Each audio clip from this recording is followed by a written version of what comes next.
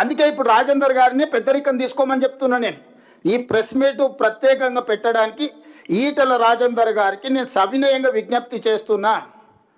తక్షణమే మీ కిలాడి కమిటీని తీసుకొని జలశక్తి మంత్రి దగ్గరకు పోయి ఎన్డీఎస్ఏ చైర్మన్ పిలిపించి ఉత్తర తెలంగాణకు నీళ్లు అందించాలంటే మేడిగడ్డ, అన్నారం, సుందిళ్లలో నీళ్లు ఎత్తిపోయాలి.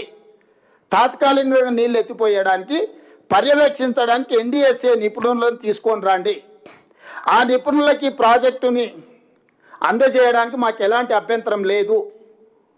ఆ తర్వాత ఈ నలుగురు ఆ నలుగురు కలిసి కిలాడి కమిటీలో నలుగురు, ఎన్డీఎస్ఏ కమిటీలో నలుగురు కూర్చొని 8 మంది కలిసి మంచి చేయండి తెలంగాణకు.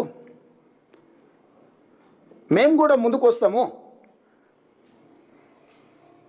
ఈరోజు హరీష్ రావు గారు మాట్లాడుతున్నారు, కింద పట్టిసీమ ఈ నీళ్లు గురుదక్షిణ కింద వదిలేండు, పట్టిసీమ నుంచి తరలిస్తురని. అసలు అన్నం తినేవాడు ఎవడైనా మాట్లాడే మాటలేనా అండి? పట్టిసీమ కట్టింది ఎప్పుడు?